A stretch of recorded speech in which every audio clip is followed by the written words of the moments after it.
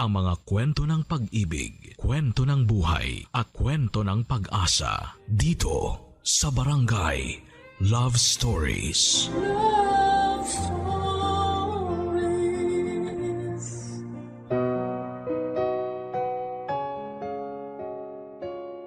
Ang kasal daw ay hindi parang kaning mainit na kapag napasok ka ay pwede mong iluwa. Isang lifetime commitment ang kasal at huwag mong susubukan kung hindi mo kayang mapanindigan. Ikaw, handa ka bang mapanindigan at respetuhin ang lahat ng nakabalot sa salitang kasal? Dear Papa Dudut, ako nga po pala si Jamie. 40 years old, isang wedding planner. Ito na ang naging trabaho ko una pa lang. Pinasa lang to sa akin ng pinsan ko noong time na nag-retire na siya sa weddings at pinili na lamang na manirahan sa isang bansa kasama ng foreigner niyang asawa. Tinuruan niya ako kung paano humawak ng mga kasal. Hindi naging madali noong una, lalo't kailangang mabilis ang mga pitik at galaw mo. Dagdag pa ang haba ng pasensya na kailangan para sa mga pagbabago sa mga detalye sa kasal at sa mga bisitang hindi marunong makiramdam. Mahirap ang buhay ng isang wedding planner. Puro lakaran, puro pakikipag-usap, puro pagpapasensya, at puro pagpapatawad. Hindi madali pero sa tuwing nakikita ko kung gaano kasaya ang mukha ng mga ikakasal ay parang nababawi rin kahit papaano ang hirap. Saka mo biglang susundutan na pwede pa sa susunod na kasal. Hanggang sa nakasanayan ko na ang buhay ng isang wedding planner. Wala na akong ibang nakitang trabaho na mas bagay sa akin kundi ito. Marami akong nalalamang kwento ng pag-ibig at napapaluha na lamang ako. Dahil kahit na hindi ko pa yon naranasan ay masaya na lang din na maging bahagi ng forever nila. Opo, single ako. Always the wedding planner, never the bride ang atake ng drama ko. Nakakatawang isipin na kaya kong planuhin ang kasal ng iba. Pero sarili kong kasal ay wala pa. Pero naisip ko na lamang baka hindi para sa akin ang kasal. Kaya ipinagpatuloy ko na lamang ang pagtatrabaho para sa forever ng iba. At ang isang hindi ko makakalimutan na pares na tinulungan ko ay sina Ron at Laika. Mas bata sa akin si Ron ng 5 taon at si Laika naman ay 10 taon. Nirefer sila sa akin ng dati kong kliyente. At sa kanilang dalawa iikot ang karamihan ng kwento ko sa inyo.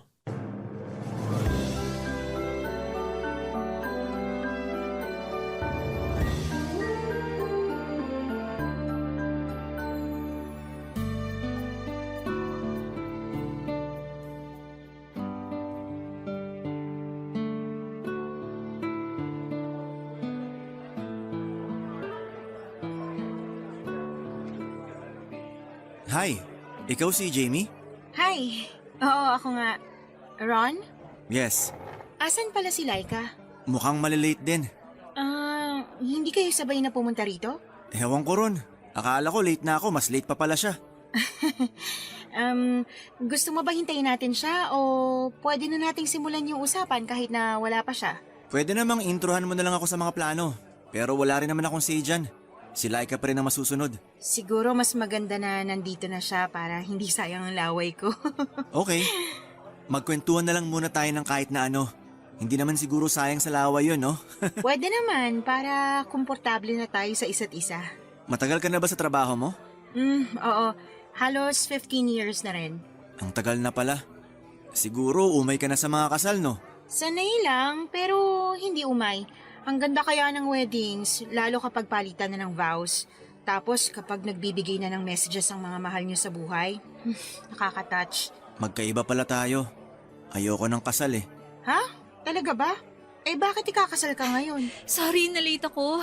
May nakita kasi akong dress sa mall kanina. Natagalan ako mag-decide kung bibilin ko ba o hindi. Ang ending, binili ko pa rin. Pwede mo naman sanang balikan na lang yan damit after nitong meeting natin with Miss Jamie, di ba? Eh paano ko makuha ng iba? Tsaka wag ka nga. Pareho lang naman tayong late, no? Mas maaga ka nga lang ng konti sa akin. Di ba, Miss Jamie? Basta akong pinakamaaga sa inyong dalawa. Pasensya ka na ulit ha. Ayos lang yun. Basta wag lang kayo malilate sa mga susunod.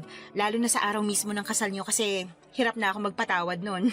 Basta wala akong makikitang mall bago ako pumunta ng simbahan. Siguradong hindi ako malilate. Simulan na nga natin para makauwi na rin. Nagmamadali kang umalis ha. Parang wala kang ganang ayusin tong kasal natin. Naiinis lang kasi ako sa'yo. Sabi ko naman sa'yo na sabi na tayong pumunta rito. Pero nakuha mo pang mag-mall para maglakad-lakad. Tapos ang hirap mo pang tawagan. Mag-aaway pa ba tayo? Huwag mong sirain ang mood ko ah. Kinakabahan ako sa inyong dalawa. May kasal pa bang magaganap? Pasensya ka na Miss Jamie ha. Sagad kasi sa butong toyo nitong fiancé ko. Hayaan mo siya. Sorry Miss Jamie. Wala lang talaga ako sa mood. So inaamin mong kasalanan mo ngang lahat ng to. Wala akong aaminin kasi mali ka rin. Ren, edi tayong dalawang may mali rito. O sige na. Ako na lang ulit yung mali para tumigil ka na. Ako na lang ang mali para bago naman. Sorry sa joke ko. Wrong timing. Ayos lang yun Miss Jamie. Kami ang dapat mag-sorry kasi unang beses pa lang na nagkaharap-harap tayo tapos ganito pa yung nangyari. Sorry Miss Jamie, babawi na lang kami sa'yo. Promise, hindi kami tatawad sa mga i-offer mo na wedding package. Ay, bigla naman akong naging masaya sa sinabi mo. Sige, mag-away ulit kayo sa harapan ko next week, ah.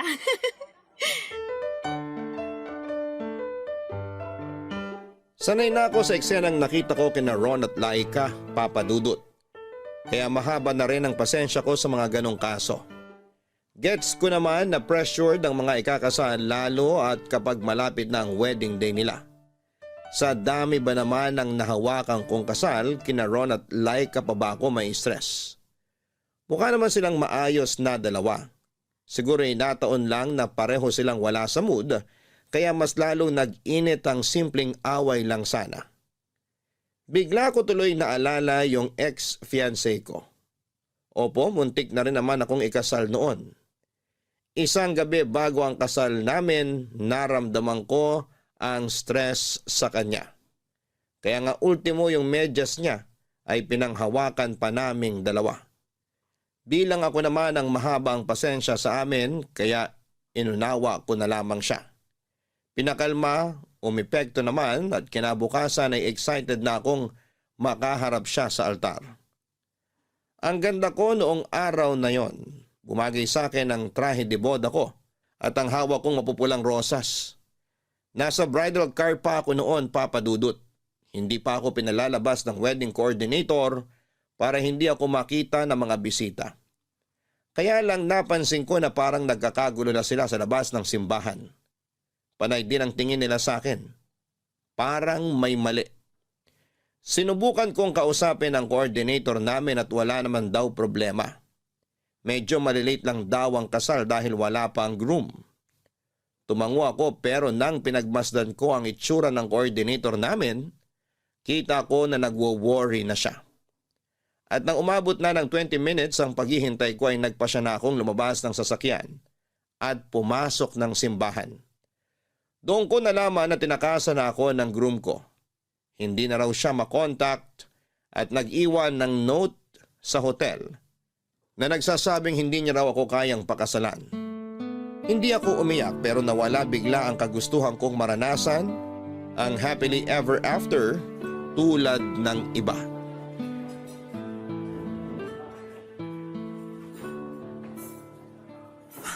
Sorry Miss Jamie, late na naman ako for the second time. Sorry talaga. Naku, okay lang. Kararating ko lang din naman. Nauna lang naman ako ng 10 minutes sa'yo. Umupo ka na. Malilate din siguro si Laika? Hindi. Anong hindi? Hindi siya makakarating. Uy, huwag mong sabihing hiwalay na kayo ah. May mga nakausap na akong ibang wedding suppliers para sa kasal nyo. Hindi lang siya makakarating ngayon. Huwag kang kabado. May kasal pa rin na magaganap. Ay, akala ko naman kasi. May mga na-cancel bang kasal na hawak mo noon? Oo naman, normal yun. Paano yung bayad mo ron? Hindi ko na siningil. Masyado nang mabigat na hindi matutuloy yung kasal nila. Ayoko nang dumagdag pa sa mga pasani nila. Pero sayang naman ang effort mo sa pag-organize ng kasal nila. Tapos hindi matutuloy, di ba? May blessings pa rin namang dumarating pagkatapos noon, kaya okay na rin. Napakabait mo naman pala. Kung yung iba, baka i-post pa nila sa Facebook kapag hindi sila nabayaran. At naiintindihan ko rin naman sila ron. Siyempre, pinaghirapan din nila yun na lakarin. Masyado kang mabait. Baka kunin ka na sa itaas. Huwag mong sobrahan ha. Huwag mo namang ipagdasal. Pag kinuha ako ng maaga, wala na kayong mabait na planner. Sorry nga pala nung first time namin na nakaharap ka ha. Todo away pa kami ni Laika. Nakakahiya. Ayos lang yun. Normal yun sa ibang ikakasal. Ando na kasi yung pressure sa inyo eh. Huwag na lang natin pag-usapan. Pero teka nga, asan nga ba si Laika? Bakit hindi siya makakapunta? May kailangan siya i-close na deal sa trabaho niya eh. Inuna niya yon. Pangdagdag din daw sa bayarin sa kasal namin. Sana pala nireschedule na lang natin tong meeting para naman may input din siya sa mapag-uusapan. Pinagkakatiwala naman niya sa akin tong meeting natin. I-guide mo na lang siguro ako. Wala akong alam sa ganito eh. Gets kita. Kadalasan kayo mga groom, umattend lang sa kasalang gagawin nyo. Ang mga bride talaga ang mabusisi sa mga detalye. Hindi rin kasi ganun si Laika. Kahit ano lang meron, ayos na sa kanya. Basta may maganap lang na kasal. Maswerte ka naman pala. Hindi ka na mahihirapan sa kanya. Sana nga. So, simulan na natin? Paano ba? Ikaw bang mamimili sa isusuot na sapatos ni Laika? Ha? Hindi! Wala akong kinalaman sa sapatos niya. Natawa naman ako sa sinabi mo. Ay, sorry. Sabi ko naman sa'yo, wala akong alam sa ganito eh. Banu talaga. Sorry.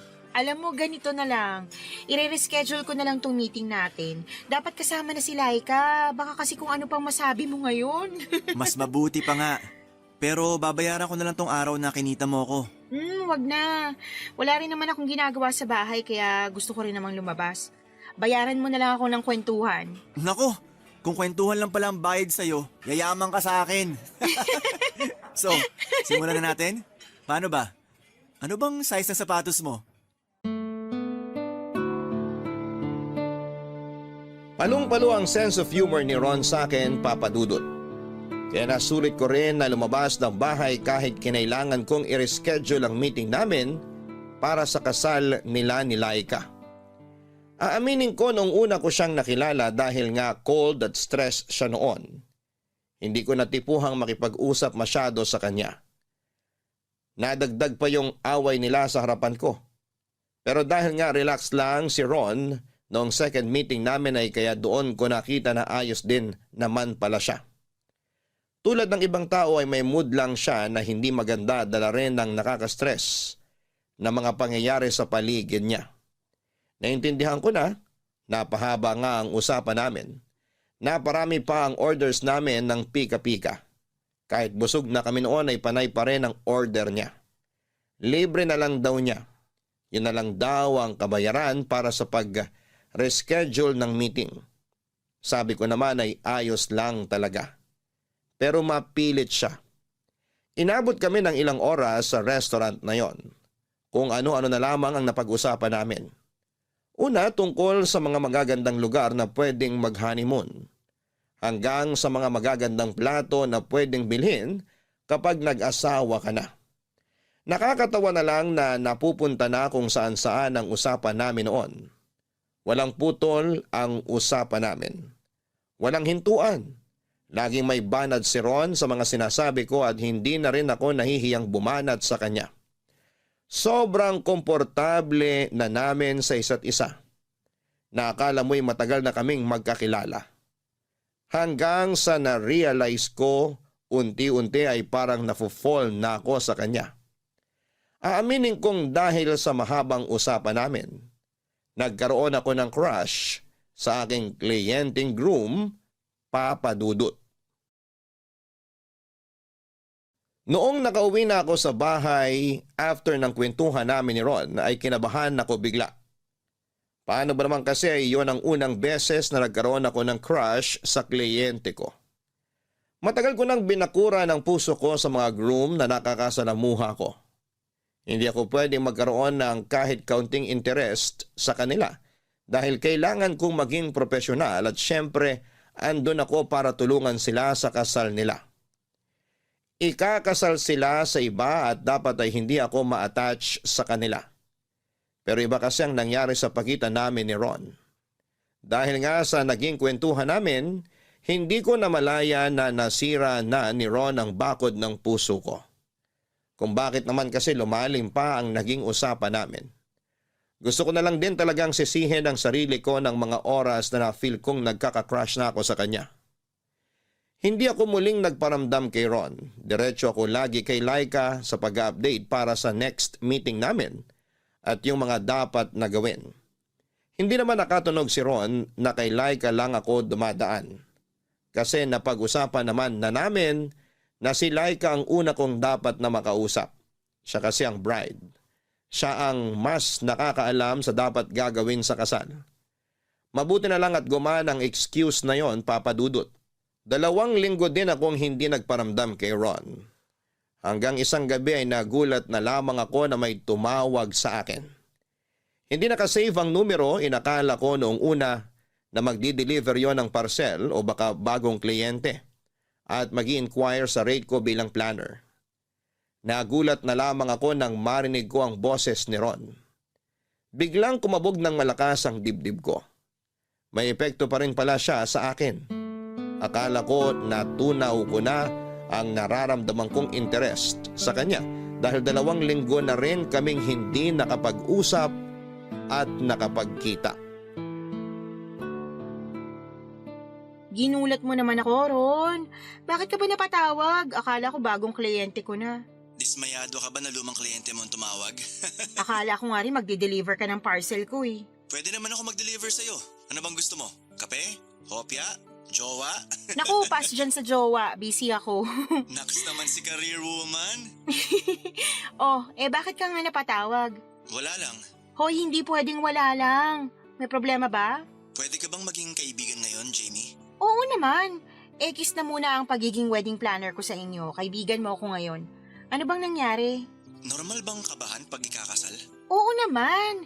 Wedding jitters ang tawag dyan. Wedding jitters? Parang tunog chichirya o gin ah. Sige, magpatawa ka pa. Kabado ka na nga dyan. Pero seryoso nga. Kabado talaga ako. Tsaka uy, atin-atin lang to ah. Parang gusto kong umatras sa kasal namin ni Laika. Okay lang na maramdaman mo yan. Isa yan sa mga senyales ng wedding jitters. Pero utang na loob wag mong itutuloy na umatras. Ay nako, ikaw ang unang kliyente ko na sisingilin ko kapag makakancel ang kasal nyo. Ay, kasi naman. Kaibigan mo ako ngayon. Ano ba talaga nangyayari? Bakit bigla kang nakakaramdam ng ganyan? May aaminin ako sa'yo ah. Pero atin-atin lang talaga to ah. Oo na nga, hindi naman ako chismosa. Go lang. Alam mo bang biglaan lang ang kasal namin ni Laika? Paanong biglaan? 3 buwan pa lang kami magkarelasyon nang mabuntis ko siya. OMG! Buntis si Laika? Nabuntis. Nabuntis! Past tense? Anong... Nakunan siya. Ikwento mo nga ng buo, nawiwindang ako sa mga revelasyon mo. Nabuntis ko nga siya nung 3 buwan pa lang kami magkarelasyon. Dapat nga hindi kasi sabi niya nagpipilis naman daw siya. Kaya lang nakalimutan pala niyang uminom ng 3 gabi na magkasunod. Nakalimutan o sinadya? Sa totoo lang ayokong isipin. O tapos? Sabi niya kailangan ko siyang pakasalan. Ayoko sana. Sabi ko, susustentuhan ko pa rin ang pinagbubuntis niya. Pero panay ang iyak niya. Nagsumbong pa siya sa mga kuya at tatay niya. Natrap ako. Pinilit nila akong pakasalan si Laika. Shotgun wedding pala tong ino-organize ko.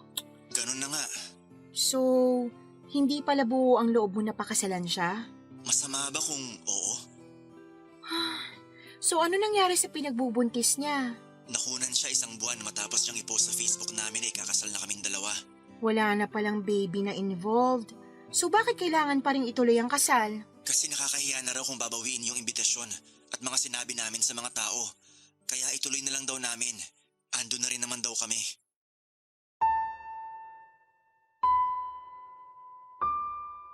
Ramdam ko noon ang bigat sa boses ni Ron habang nagkukwento. Ang hirap naman pala ng pinagdadaanan niya. Kaya naman pala noong unang beses ko silang nakilala ay napansin ko kaagad na parang wala siyang amor kay Laika. Kaya naman pala, napailing na lamang ako at lihim na nakaramdam ng inis kay Laika. Alam kong biktima rin si Laika ng sitwasyon pero dahil nga may crush ako kay Ron, kaya wala akong ibang napagbuntunan ng inis ko noon kundi si Laika. Doon nga rin inamin sa akin ni Ron na nawala na siya ng pagmamahal kay Laika. Lalo't nakikita na nito ang totoong ugali ng fiancé niya. Masyado raw possessive at lagi na lang nakikipag-away. Mapagmataas at palaging pinamumukha kay Ron na mas mataas ang pinag-aralan niya at trabaho. Never daw naramdaman ni Ron na equal sila ni Laika. Kailangang laging angat si Dalaga. Marami pang nakwento sa akin si Ron kung paano siyang hinaharas daw ng pamilya ni Laika. Pati nga raw mga kaibigan ni Laika, harap-harapang minamaliit siya. Hindi naman siya pinagtatanggol ni Laika. Pakiramdam pangaraw ni Ron, natutuwa si Laika sa tuwing dinadown siya dahil ibig sabihin lang noon ay umaangat si Laika sa paningin nila. Dahil nga masyado nang mabigat ang mga kwento niya, sinabi ko sa kanya na pwede kaming mag-meet ng personal sa ibang araw para mas mailahad niya ang nararamdaman niya. Natuwa naman si Ron dahil sa unang beses, meron siyang napagsasabihan ng lungkot niya. Wala na rin daw kasi ang mga kaibigan niya dahil pinalayo ni Laika. Nag-schedule kami ng pagkikita 1 linggo pagkatapos ng pag-uusap namin ay nagtagpo kaming muli sa isang coffee shop para maituloy ang naudlot naming usapan. Ikaw naman ang late ngayon. Sorry naman, may dinaanan pa akong kliyente bago ako pumunta rito. Joke lang yun ha. Alam kong busy kang tao. Kaya maswerte ako na naambunan mo pa rin kahit ilang oras lang. Ang drama mo pa rin ha. Ikaw naman? Pangbasag ng trip? Oo nga pala, umorder na ako ng kape natin. Spanish latte sa'yo, di ba?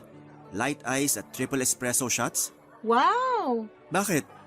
Isang beses ko lang sinabi sa'yo ang kapeng paborito ko pero natandaan mo agad. Matandain talaga sa mga espesyal na mga tao sa buhay ko. Flattered naman ako. Espesyal ba talaga ako? Wedding planner nyo lang ako. Kapag tayong dalawa lang ang magkasama at magkaharap, kaibigan kita. Hindi ka wedding planner lang. Okay, kinilig ako ron ng slight. Kinilig? Kinikilig ka sa kaibigan mo? Friendzone pala ata ang hanap mo sa buhay. Hoy, hindi kainis to. Hindi ko tuloy ma-explain ng mabuti yung sasabihin ko. Feeling ko, i-judge mo ko. Hayaan mo na. Tinutukso lang naman kita. Ano bang gusto mong pag-usapan ngayon? Ikaw, ano bang gusto mo? Ikaw kaya nag-aya sa akin lumabas. Dapat ikaw ang may bangkong mga topic. Wala ako maisip bigla eh. Parang naubos na ata yung pwede nating pag-usapan. Ang daldal mo kasi sa chat. Nahawa lang ako sa'yo, no? Alam ko na. Pag-usapan na lang natin yung tungkol sa kasal nyo ni Laika. Pwedeng pass muna riyan. Gusto ko kasi munang makawala sa pressure ng kasal namin. Tsaka, nagkatampuhan nga kami bago ako pumunta rito eh. Bakit naman? Mansari pala kasi namin ngayon. Mansari nyo? Bakit ka nakipag-meet sa akin ngayon? Dapat siyang priority mo. Pero mas gusto ko makasama ka kaysa sa kanya. Mas nakakahinga ako kapag ikaw ang kausap at kaharap ko. Gusto ko makaramdam ng kilig sa sinasabi mo. Kaya lang mali eh. Kanina mo pa binabanggit niyang kilig ah. Totoo na ba yan? Kilig kaibigan ba yan o kilig crush? Grabe sa crush ha. 40 na ako. Ikaw lagpas 30 ka na. Dapat wala na yung ganyan. Lolo ko nga kinikilig pa rin sa paglalambing ng lola ko eh. Wala sa edad yan. So ano nga? O sige na, aamin na ako. May konti akong crush sa'yo. Konti lang talaga. Paano ko ba yun pararamihin ha? Huwag ka nga puro biro. Hindi naman ako nagbibiro. Basta, harmless naman tong crush ko sa'yo. Before kasal mo, mawawala rin to. Ipagdarasal ko talaga. Paano kung wag mo na lang ipagdasal na mawala yan? Kasi kinilig ako nung nalaman kong crush mo rin ako eh. Rin? Crush mo rin ako? Oo. At hindi ko ipagdadasal na mawala to. Nakatitig sa akin si Ron habang sinasabi niya noon ang mga katagang yon. Crush din niya ako. Naramdaman kong totoo ang sinabi niya. Kaya nakaramdam ako ng kilig, Papa Dudut. Sumobra pa nga. Natahimik kami ng ilang minuto dahil hindi namin alam kung paano babawiin ang usapan. Parehong namumula ang mga mukha namin. Akala mo'y nakainom kami ng alak. Kung hindi kami tinawag ng barista para sa mga kapeng in-order ni Ron, hindi kami makakahinga ng maayos. Noong nakahigop na kami ng kape ay medyo nawala na ang tensyon sa pagitan namin. Pasimple akong tumingin kay Ron, ganon din siya sa akin, hanggang sa nagkatitigan. Nagkatawanan at bumalik na muli kami sa pagiging komportable sa isa't isa. Hindi muna namin pinag-usapan ang tungkol sa crush na nafe-feel namin sa isa't isa. Random lang na mga bagay ang pinag-usapan namin, basta hindi tungkol sa nararamdaman namin. Mula noong nagkaaminan kami, alam kong may nagbago na sa amin. Naramdaman ko ang kakaibang saya na first time ko ulit maramdaman after kong iwan sa altar ng fiancé ko.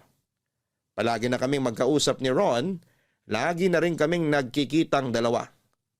At dahil sa dalas na nagkakasama nga kami ay hindi ko maiwasan na ma-fall ng todo sa kanya. Ganon din siya sa akin. Wala pang formal na usapan sa kung ano ang meron kami, pero masaya kami sa ganon. Alam ko namang bawal, alam kong mali ang pinasok kong sitwasyon. Pero hindi ko mapigilan ang sarili ko na lumapit kay Ron, lalo't siya ang bumuhay muli sa puso ko. Ang tagal ko nang pinatulog ang puso ko. Laging takot na sumubok magmahal ulit. Pero pagdating kay Ron ay nagbago ang lahat. Kaya kahit mali ay sige pa rin ako. Masaya naman na nakabangon muli ang puso ko. Nagpatuloy ang maling ugnayan namin ni Ron. At nung tumagal ay naging klaro na ako sa sitwasyon namin. Naging magkarelasyon na kami at lihim nga lang syempre. At dahil nga may label na kami kaya kinailangan naming mag-ingat para hindi makaramdam si Laika.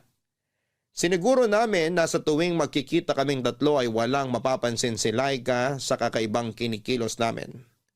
Kumbaga kapag tatlo kaming magkakaharap, isa lang akong wedding planner. Professional lang. Pero pagkatapos noon ay mag-aaya si Ron na magkita. Madalas kaming nagkikita sa kondo ko. Malayo naman ang kondo ko sa bahay ni Laika kaya malabong magkahulihan doon. Pag magkasama na kaming dalawa ni Ron ay parang wala na kaming pakialam sa ibang bagay. Parang kami na ang tunay na magkarelasyon, kahit aminado ako na isa akong kabit. Wala akong pinagsabihan sa relasyon naming dalawa. Siniguro ko na hindi makakalabas ang sekretong yon. Delikado syempre. Ganon din ang sinabi ko kay Ron. Mag-ingat siya palagi at dapat ay laging burado ang conversation namin. Kailangang ibang pangalan ko sa cellphone niya. Hindi rin kami friends sa Facebook para hindi makatunog si Laika. So far ay hindi naman nakaramdam si Laika. Dagdag na rin kasi na naging busy na ito sa pagkayo dahil kailangan ng dagdag na bayarin para sa kasal nila. Balak kasi nilang gawing engrande dahil uuwi raw ng Pinas ang mga kamag-anak ni Laika sa ibang bansa. Hindi naman ganun kalaki ang pera ni Ron, kaya si Laika madalas ang nag-aabono sa lahat. Andun si Ron para sumuporta emotionally sa kanyang fiancé. Minsan nagkakaharap kaming muli sa coffee shop kung saan kami nagkaamina ng feelings ni Ron. Papa Dudut. Sa wakas, walang na-late sa amin ni Ron. Eh di congrats sa atin. Hindi nyo talaga makalimutan yung pagka-late nyo dati, ha? Hindi ko na nga maalala yun. Kasi naman, bukod sa late kami, nagbangayan pa kami sa harapan mo. Unforgettable yun. Hindi na yun mauulit, promise. Love na ulit namin ang isa't isa. Hindi ba, darling? Oo naman. I love you. I love you more. Sana pala, na-late na lang kayo para hindi ako nakakaramdam ng inggit ngayon. Balik ulit kayo sa away. Okay naman kasi talaga kami nitong si Ron. Minsan lang talaga hindi to makapalag sa toyo ko. Pero alam ko na love niya ako. Kung babawasan mo ang toyo mo, kahit sa kabilang buhay, mamahalin kita. Ikaw din naman may toyo, pero tanggap kita. Oo, tama na po. Nararamdaman ko na naman ang pagiging single ko. Single ka pala, no, Miss Jamie? Oo. 3 beses umuo? Sure na single ah. Wala naman kasi talaga akong boyfriend. Pwede ka bang ireto sa kuya ko? Single dad yon. Kung may daddy issues ka, siya ang perfect para sa'yo. Sinong kuya mo? Si Mitoy? Oo, siya lang naman yung single dad sa mga kuya ko. Alam nga namang ireto ko si Kuya Borge, happily married yon. Ayoko naman maging kabitong si Miss Jamie. Hindi niya deserve. Parang namimiloso po ka pa sa pagsagot mo. Ha? Hindi ah. Bakit naman ganyan ang iniisip mo? Yung tono mo kasi ng pananalita. Parang gusto mo ako ipahiya kay Jamie. Miss Jamie. Wala akong balak ipahiya ka kay Miss Jamie. Okay ka lang ba? Bigla ka nagagalit dyan. Nakakainis lang kasi. Tsaka andito tayo para pag-usapan ng kasal natin. Hindi yung pagiging kupido mo kay Kuya Mitoy at kay Jamie. Miss Jamie. Konti na lang naman ang kailangang ayusin sa kasal natin. Masama ba magmalasakit sa love life ni Miss Jamie? Magmalasakit o makialam? Aray ha? Sino ngayon ang namamahiya sa harapan ni Miss Jamie? Teka, nag-aaway na naman kayong dalawa. Kala ko ba love nyo na ulit ang isa't isa? Alam nyo, mas maganda kung wag na lang natin pag-usapan ng love life ko kasi wala rin naman kayong mapipiga sobrang tuyo na talaga. Pasensya ka na Miss Jamie ha? Ewan ko ba kung anong brand ng toyong dumadaloy ngayon sa dugo nitong si Ron? Bigla na lang tinupak Ayoko lang sayangin ng oras ni Miss Jamie sa walang kwentang pangrereto mo. Ah, ganon. Walang kwenta. Mas walang kwenta pa nga tong kasal natin. Bahala ka na sa buhay mo. Ikaw na ang umasikaso sa kasal natin. Pagod na ako mag-adjust sa'yo. Laika, saan ka pupunta? Sorry, Miss Jamie. Kailangan ko lang magpalamig. Bahala na kayo ni Ron kung ano man ang mapag-usapan nyo ngayon sa kasal namin. Ayoko nang makialam. Bye.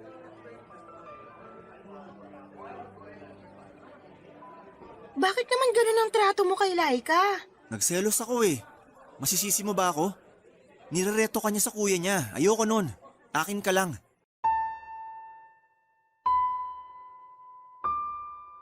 Maliman pero nakaramdam ako ng kakaibang kilig nang sabihin ni Ron na nagselos siya. Doon ko napatunayan na mahal niya ako. Bakit siya magsiselos kung hindi siya interesado sa akin, hindi ba? Hinintay ko muna siyang kumalma bago ko siya kinausap. Hinayaan ko siyang ubusin ang kapeng natitira sa tasa niya.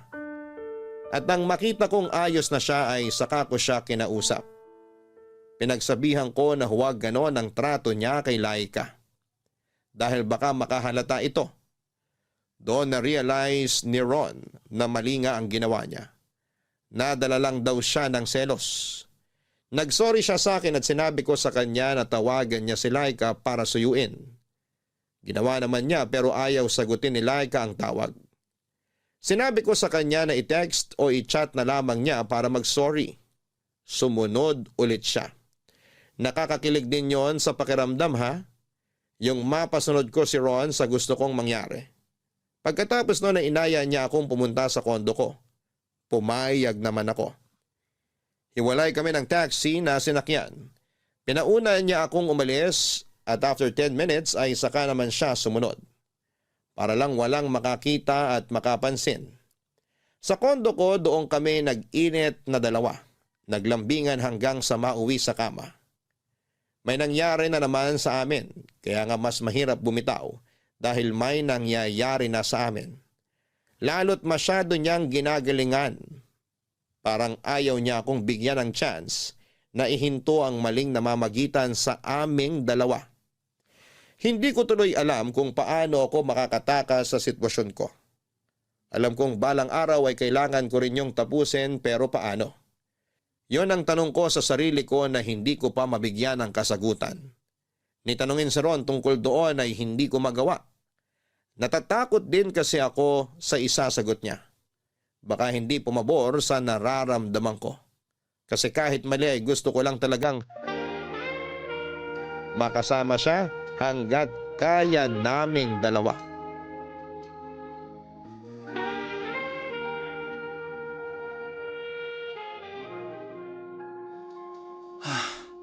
Grabe ka. Masyado mo namang ginalingan. Ano bang vitamins mo? Bakit ang tibay mo sa kama? Kailangan kong galingan kasi bad mood ka kanina Mukhang next month na ako mapabad mood nito. Sinobrahan mo Thank you Para bang panghani mo ng galing ko? Parang, Parang nag-alangan ka ron kapag naririnig ko lang kahit anong term sa kasal, para akong kinikilabutan. Kasi, Alam mo naman akong bakit. hindi ka ba Handang pakasalan si Laika? Alam mo na rin ang sagot dyan. Meron akong isang tanong na hindi ko talaga alam ang sagot. Ano yun? Paano na tayo? Kahit ako, hindi ko alam ang isasagot dyan. Paano kapag kinasal na kayo ni Laika? Paano na tayo? Hindi ko rin alam. Gusto ko rin kasi ng klarong sagot. Kung meron man akong klarong isasagot sa'yo, yun ay yung mahal kita. Mahal na mahal. Pero hindi sapat para ako yung iharap mo sa altar. Hindi ko rin kasi alam kung paano to lulusutan, Jamie. Alam ko. Tumatawag si Laika. Teka, sasagutin ko lang. Huwag ka munang maingay. Okay. Hello, Laika? Hello, Ron? Saan ka? Hindi ka na ba galit sa akin? Hindi na. Sorry sa mga nasabi ko kanina, ha? Hindi ko sinasadyang ipahiya ka sa harapan ni Miss Jamie. Ayos lang yon. Sorry din ha. Sana hindi na tayo mag-away. Alam mo namang hindi ko matiis na magkaaway tayo. Ako rin naman eh. Nasaan ka ba? Ako? Andito sa mall. Kasama yung kumpare ko. Pwede bang umuwi ka na? Pwede naman. Pero okay lang bang mamayang 6 PM na lang ako umuwi? Meron pa kasi kaming titingnan ng kumpare ko eh. Sige, okay lang. Pero dalian mo ha? Kasi nakabili ako ng bagong 90s.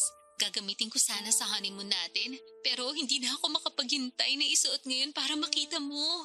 Parang mas gusto kong makita kang walang suot. Sag-aabal lang yung 90s eh. Kung uuwi ka before 6 PM, wala na akong isusuot nun. Sige, nasa bahay na ako ng 5:59 PM.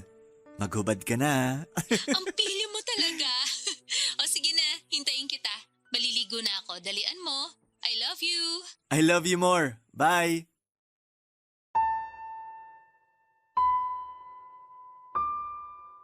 Para kong sinasaksak ng punyal sa dibdib sa mga narinig kong usapan ni na Ron at Laika. Hindi nakatulong na naka-loudspeaker pa si Ron. Narinig ko patuloy kung paano sila magharutan. Wala namang masama roon. Engaged na sila. Sino ba naman ako, hindi ba isa akong kabit? Kahit sinabi pa ni Ron na ako ang mahal niya, pero hindi pa rin yon sapat para ako ang piliin niya. Hindi ko pinahalata kay Ron na nasaktan ako. Nakangiti pa rin ako sa kanya, ako pa ang nag-utos na mag-ayos na siya para makaalis na. Sinabi ko na traffic kaya dapat ay maaga na lang siyang umalis sa kondo ko para makarating siya ng maaga sa bahay nila ni Laika. Ayaw pa sana niya pero pinilit ko. Ako na naman ang nasunod. Bago siya umalis ay niyakap niya ako ng mahigpit. Humingi siya ng sorry sa pagkaipit ko sa sitwasyon nila ni Laika. Kung pwede lang daw ibalik ang nakaraan, sana lumihis na siya ng daan patungo kay Laika at hinanap na lang niya ako. Hindi na ako nagsalita noon. Huli na para ibahin ang nakaraan. Nasa kasalukuyan na kami at yun na ang dapat harapin. Nang makalis na si Ron ay saka ako nagbalik sa kama para umiyak. Ang tagal kong pinigil na huwag tumulo ang luha sa mga mata ko. Pero noong mag-isa ko na lamang ay doon ko ibinuhos ang lahat. Naalala ko pa noon naging kabit din ako sa fiancé ko. Matagal naman silang sira ng dati niyang karelasyon nang pumasok ako sa eksena. Mas naging klaro lang ang lahat para sa dati kong fiancé, ang lahat ng sumulpot ako sa buhay niya. Ako ang pinili niya at pagkatapos noon ay pinili rin niya akong pakasalan. Isang bagay na umaasa akong gagawin din ni Ron sa akin. Pero mukhang malabo na. Oo, at naging kabit din ako noon. Pero pinili niya ako. Pero ngayon may pag-asa pa kayang maulit ang sitwasyon na pipiliin pa rin ako. Palapit na nang papalapit ang kasal ni na Ron at Laika Papadudot at mas lalo lang din kaming napapalapit sa isa't isa ni Ron. Mas lalong lumalalim ang namamagitan sa amin. Maingat kami at wala pa rin nakakahalata pero nakakapagod din pala. Nakakapagod na palagi ka na lang nagtatago at palagi kang itinatago. Kailan nga kaya kami malayang makakalakad sa harapan ng mga tao? Nakakaumay na rin na sa kondo lang kami naging malaya. At marami kami mga bagay na hindi na pwedeng pag-usapan at hindi ko na magawang itanong kay Ron kung ano na ang plano namin sa namamagitan sa amin. Pareho kaming nalilito Pareho ang hindi sigurado. Pareho kaming laging walang mahanap na sagot. Paano nga ba kami magiging sigurado kung nasa gitna si Laika? Paikot-ikot kami sa patagong sitwasyon. Pero sige pa rin kami, Papa Dudut. Hanggang isang araw ay nagulat na lamang ako at tinawagan ako ni Laika. Gusto raw niya akong makausap. Ramdam ko ang lungkot sa boses niya noon. Parang may kutob ako na alam na niya ang sa amin ang fiancé niyang si Ron. Pinilit kong ikubli ang kaba sa puso ko. Hindi ko rin binanggit muna kay Ron ang tungkol sa pakikipag-usap sa akin ni Laika. Kailangan ko munang malaman kung ano ang gusto niyang sabihin. Nakipag-meet sa akin si Laika. Tinanong ko kung tungkol ba yon sa kasal niya. Hindi siya umimik. Patuloy pa rin ang lungkot sa kanyang tinig nang sabihin ito sa akin na kailangan niya ako at kailangan niya ng kausap. Umuo na lamang ako at nagmadaling puntahan ang lugar kung saan kami magkikita.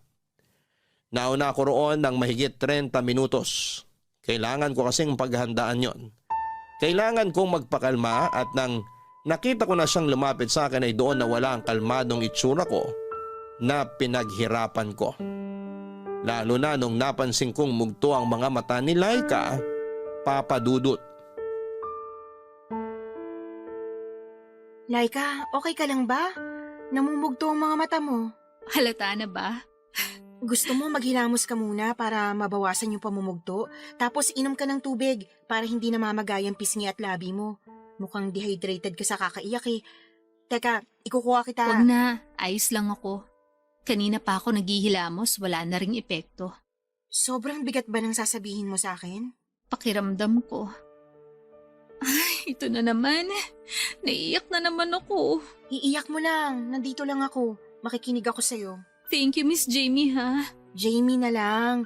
Ituring mo ako ngayon bilang kaibigan, hindi bilang isang wedding planner nyo. Yun nga ang gusto ko mangyari eh. Maging kaibigan ka. Sana okay lang, ha? Oo naman. Wala kasi ako mapagsabihan ng nararamdaman ko eh. Natatakot ako magsabi sa mga kaibigan ko kasi ayoko ma-judge. Lalo na ng family ko. Tungkol saan bang sasabihin mo? Tungkol sa amin ni Ron. Bakit? Ano nangyari? Hiwalay na ba kayo? Parang papunta ng Ron eh. Anong ibig mong sabihin? Kasi nararamdaman ko, lumalala na yung panlalamig niya. Lumalala? So ibig sabihin, matagal na siyang nanlalamig sa'yo? Oo. Sa'yo ko lang to sasabihin na. Kaya lang naman ako gustong pakasalan ni Ron kasi nabuntis niya ako nang hindi sinasadya. Tinakot siya ng family ko kaya napilitan siyang pakasalan ako. After nun, parang nawala na siya ng gana sa relasyon namin. Parang hindi niya na ako mahal. Buntis ka? Nabuntis. Nakunan din ako eh. Pero pinilit ko si Ron na ituloy pa rin yung kasal kahit nagmamakaawa na siya na wag na lang. Kaya nga, inako ko yung 90% na gastos ng kasal para hindi na siya umangal, para matuloy lang. Kasi ako naman may gusto nun eh. Bakit mo naman siya pinilit na ituloy pa yung kasal? Ramdam mo naman pala na yung panlalamig niya. Ikaw lang ang nahihirapan yan. Let go na. Kasi nakakahiya na kung babawiin ko pa. Pinagmalaki ko na nga sa Facebook, pati sa mga tiyahin ko sa ibang bansa. Inaasahan na nila makikita ako nakasuot ng wedding gown. Kung ako lang, hindi ko na lang itutuloy ang kasal. Makakahanap ka pa rin naman ng lalaking pakakasalan ka. Yung hindi na lang dahil nabuntis ka o dahil napilitan lang siya. Hintayin mo na lang yun.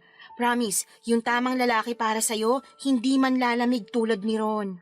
Kahit naman nang lalamig si Ron, gusto ko pa rin siya eh. Siya lang talaga ang gusto ko. Kahit nga, nararamdaman kong hindi niya na ako mahal, nilalaban ko pa rin. Jamie, alam mo ba? Pakiramdam ko meron na siyang iba. Ha? Wala yan. Sa ganda mong yan, hindi na yung titingin sa iba. Iba kasi yung kutob ko. Nitong mga nakaraang buwan, lagi na lang siyang nakatutok sa cellphone niya. Dati, nabubuksan ko pa yung cellphone niya, ngayon hindi na. Nagpalit na siya ng password.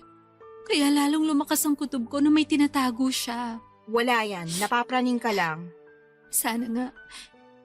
Minsan iniisip ko, dahil din siguro to sa pagbubuntis ko ngayon, kaya ganito ang emosyon ko. Masyadong kalat at Buntis ka? huwag mong sabihin kay Ron, ha? Bala kong sorpresahin siya sa kasal namin. Doon ko sasabihin na nakabuo uli kami. Feeling ko, binalik ni Lord yung sanggol na nawala sa amin. Ang saya ko, Jamie. Pakiramdam ko, itong pagbubuntis ko mag-aayos sa relasyon namin ni Ron. Ano sa tingin mo?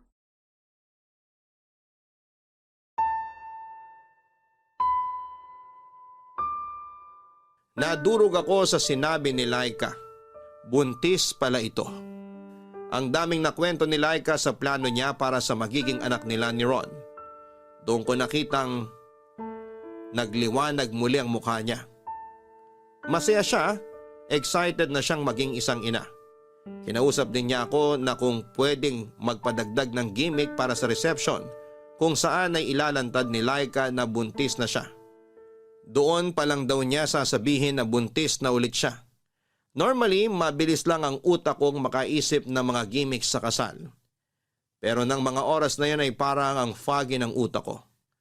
Parang walang ibang pumapasok kundi sakit. Sakit na talagang malabo nang maging kami ni Ron sa huli. Ayokong maging dahilan kung bakit may isang batang hindi lalaking kumpleto ang pamilya. Dahil minsan nawala na rin ako ng anak. Nangyari yon ilang araw nang talikuran ako ng fiancé ko sa altar. Pinalaglag ko ang anak ko ilang araw pagkatapos akong talikuran ng fiancé ko. Magulo ang isip ko noon at aaminin kong nagsisisi ako pagkatapos. Nadala kasi ako ng emosyon. Ayoko na ulit umabot sa ganon at ayoko nang magpadaig sa emosyon ko dahil alam kong may maling kasunod yon. At alam ko sa kasalukuyan ko, nagpapadaig ako sa emosyon ko dahil kay Ron. Doon pa lang ako natauhan, kaya naman nagpasya na akong iwasan ng walang paalam si Ron. Hindi na po pwede, lalo't nagbunga muli ang relasyon nila ni Laika. Ayokong may madamay na naman na inosenteng sanggol. Sa pag-iwas ko kay Ron ay hindi pa rin ito tumigil. Panayang tawag pero mas pinili kong huwag yung sagutin. Hanggang sa sumapit ang gabi ng kasal. Nagulat na lamang ako nang madatnang ko si Ron sa hallway ng kondo ko. Nakaupo at mukhang problemado ang mukha niya. Sa gilid niya ay merong dala itong malaking bag na sa hula ko ay damit ang laman, Papa Dudut.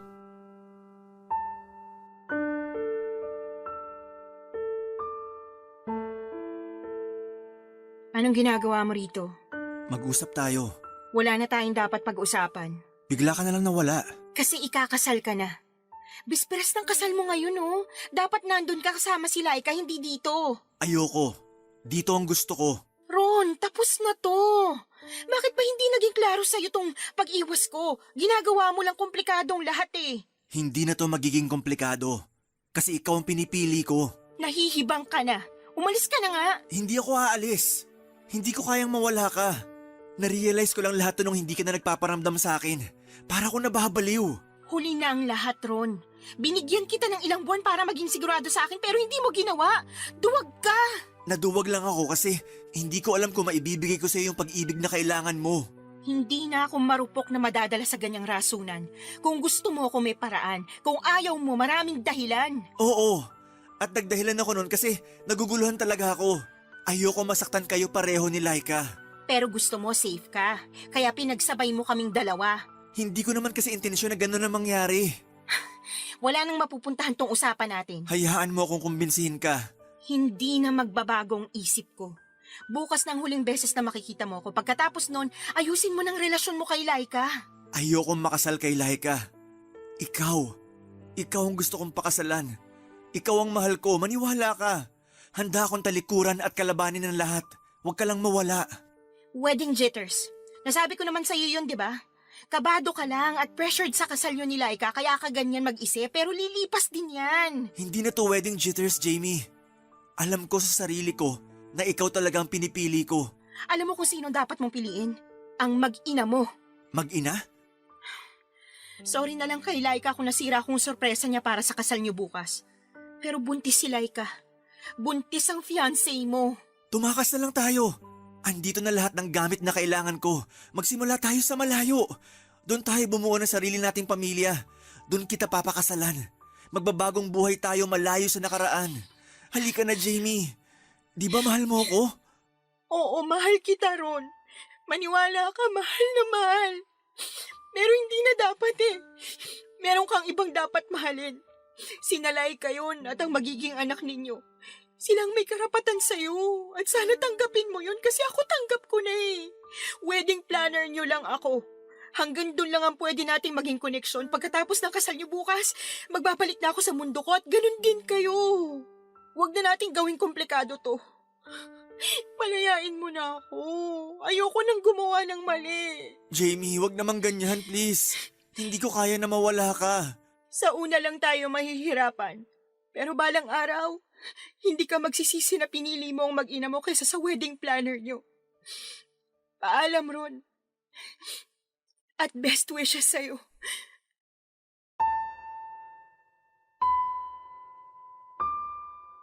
Alas 8 ng umaga kinabukasan, araw ng kasal nila. Paikot-ikot ako sa loob ng simbahan para masiguradong perfect ang lahat. Mula sa choir nakakanta hanggang sa mga bulaklak na sasalubong sa mga bisita. Kahit meron namang nakatalagang on-the-day coordinator para umasikaso sa kasal, nang umagang yon ay hindi ko pa rin napigilang makialam bilang paraan ko na lang para bumawi sa ikakasal. Unti-unti ay nagsidatingan na ang mga kalahok sa seremonya. Mula sa mga flower girl hanggang sa mga dalagang aba ay ayos na ang lahat. Dumating na rin si Ron, isang beses ko lang siyang tinapunan ng tingin pero ramdam ko ang kakaibang lungkot nang mapatingin siya sa akin. Kinuha ko na lang ang tingin na yon bilang pamamaalam sa minsan naming pinagsamahan. Mabilis lang lumipas ang oras. Maya-maya pa'y narinig na ang mga malamyos na tunog ng piano. Hudyat na lalakad na ang bride. Nasa gilid lamang ako noon at sinusubaybayan ang bawat hakbang ni Laika. Para akong naiiyak. Magkahalong pait at saya ang nararamdaman ko noon. Pait dahil hindi ako nagwaging makasama ang lalaking mahal ko. Pero saya dahil meron akong isang babaeng nabigyan ng chance sa pag-ibig. Nang magkaharap na sina Ron at Laika ay doon na pumatak ang mga luha ko. Lalo na noong tapunan ako ng tingin ni Ron. Hindi ko mabasa ang laman ng isip niya. Pero mabuti ng ganon. Lumabas ako saglit ng simbahan nang nagsimula na ang pagsasalita ng pare. Doon sa gilid ng simbahan kung saan walang ibang tao ay umiyak ako ng tahimik. Doon ako humingi ng patawad sa Diyos na nagawa kong pakikiapid. Inayos ko ang sarili ko at pagkatapos noon ay muli kong binalik ang maskara ko bilang profesional na wedding planner. Naglakad ako papasok ng simbahan at tiniis na tapusin ang kasal ng taong pinakamamahal ko sa lahat. Natapos ang seremonya sa halik na sinelyohan ni na Ron at Laika. Doon pa lang ako nakaramdam ng kapayapaan. Alam kong tama ang ginawa kong magparaya. Dahil una pa lang ay hindi dapat ako pumagitna. At sa paglalakad palabas ni Ron at Laika sa simbahan ay ang naging wakas na namamagitan sa amin ni Ron. Hanggang dito na lamang po ang aking liham. Maraming salamat at naway nakapagbigay ako ng aral para sa lahat. Ako ang inyong forever kapuso at kabarangay, Jamie. Hindi natin kailangang makihati sa pag-ibig ng iba. Kung totoong ikaw ang mahal niya, ikaw lang dapat ang pipiliin niya. Walang ibang dapat pumagitna. Dahil dapat sa iyo pa lang ay sigurado na siya. At para sa lahat ng tao na nakokontentong makipag-agawan at makihati sa pag-ibig ng iba, sana ay matauhang ka na. Huwag mong hayaan na nasa gilid ka lang. Darating din ang tamang tao para sa iyo. Yan ay kung kakayanin mong bitawan ang maling tao. Mahihirapan ka lang sa simula pero pag nasanay ka na sa gitna ay maiisip mong tama lang pala ang bumitaw na.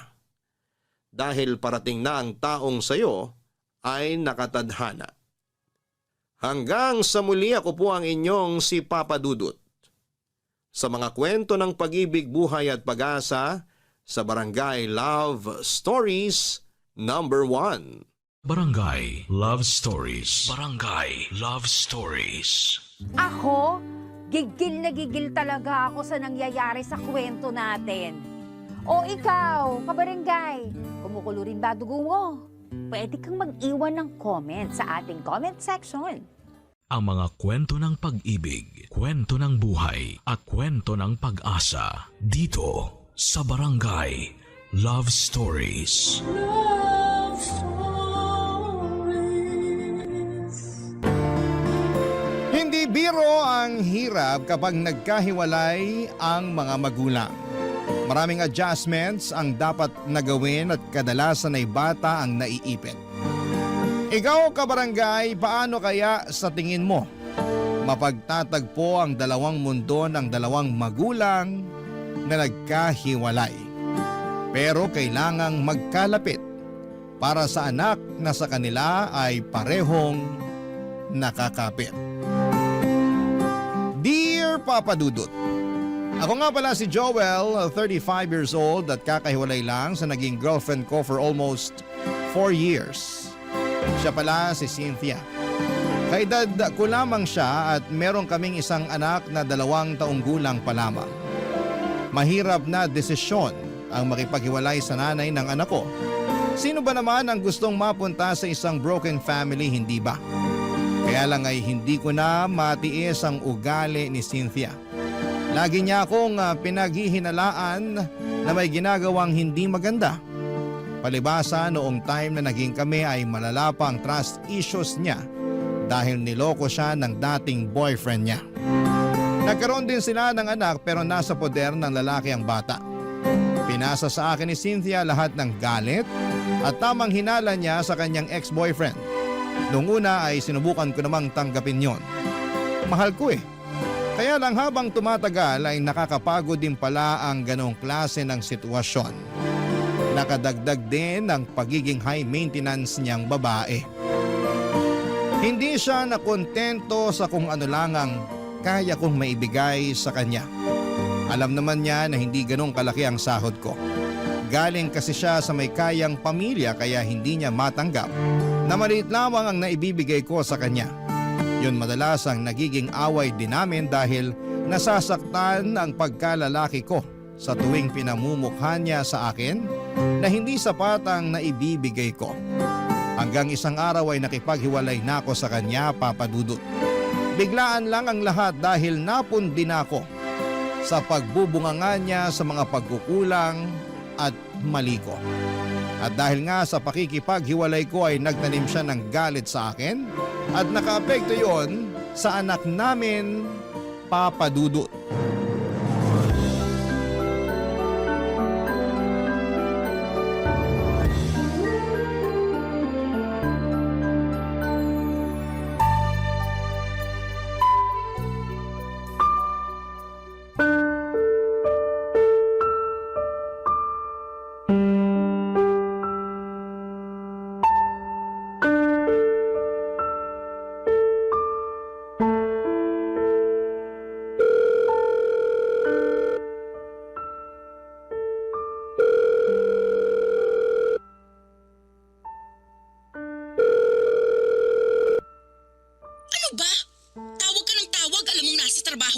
Bakit kasi ayaw mong sagutin ang tawag ko? Last week pa ako tumatawag eh. Kahit sana i-text mo man lang ako. Para saan pa? Hiwalay na tayo, di ba? Oo, hiwalay na tayo. Pero may anak tayo. Eh ano ngayon? Pwede bang maging mature ang usapan natin? Para na lang sa anak natin. Para sa anak natin? Sana naisip mo yan bago ka nakipaghiwalay sa akin. Hindi ko na kasi kaya ang ugali mo. Gustuhin ko mang magstay para sa anak natin. Pero nahihirapan na ako. At akala mo madali para sa akin na makisama sa ugali mo? O sige na, mali na rin ako. Tatanggapin ko na lang yun para sa anak natin. Puro ka na lang para sa anak natin, pero hindi ka naman nagpapakatatay sa kanya? Anong hindi? Sinusubukan ko naman dati pa. Hindi ako nagkulang sa sustento. Kulang na kulang ang sustento mo. Hindi sapat ang binibigay mo. Yan mismo ang dahilan kung bakit umayaw ako sa'yo. Hindi ka marunong makontento. Sino bang makukontento sa maliit na sustento mo? Alam mo kung magkano lang ang kinikita ko. Maliit na nga lang ang natitira sa akin. Sakto lang para may pangbili ako ng toothpaste at deodorant ko. Halos sa inyong mag-ina na pupunta lahat ng sahod ko. Dapat lang namang mapunta sa amin yun dahil obligasyon mo kami. para sabihin ko sa'yo, dapat hindi ka nakukontento sa maliit na sahod mo lalo't pamilyado ka na.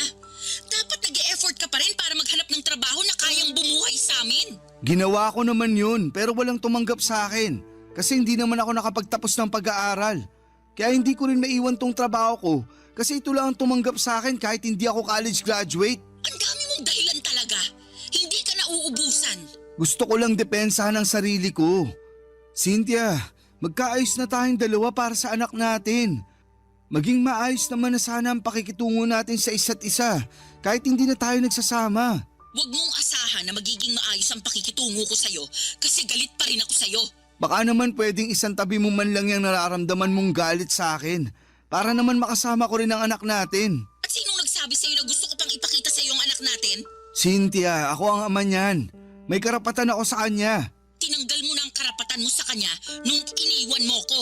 Huwag naman ganyan, please. Gusto ko makasama ang anak natin. Huwag mong ipagkait sa kanya na magkaroon ng isang ama. Hindi ka maayos na ama. Kaya ayos lang kahit wala ka sa buhay niya. Hindi man ako naging mabuting karelasyon sa paningin mo, pero hindi mo pwedeng sabihin na hindi ako naging mabuting ama sa anak natin. Parehas lang yun. Kung gusto mong maging mabuting ama sa kanya, sana naging mabuti ka rin sa nanay niya. Kaso hindi.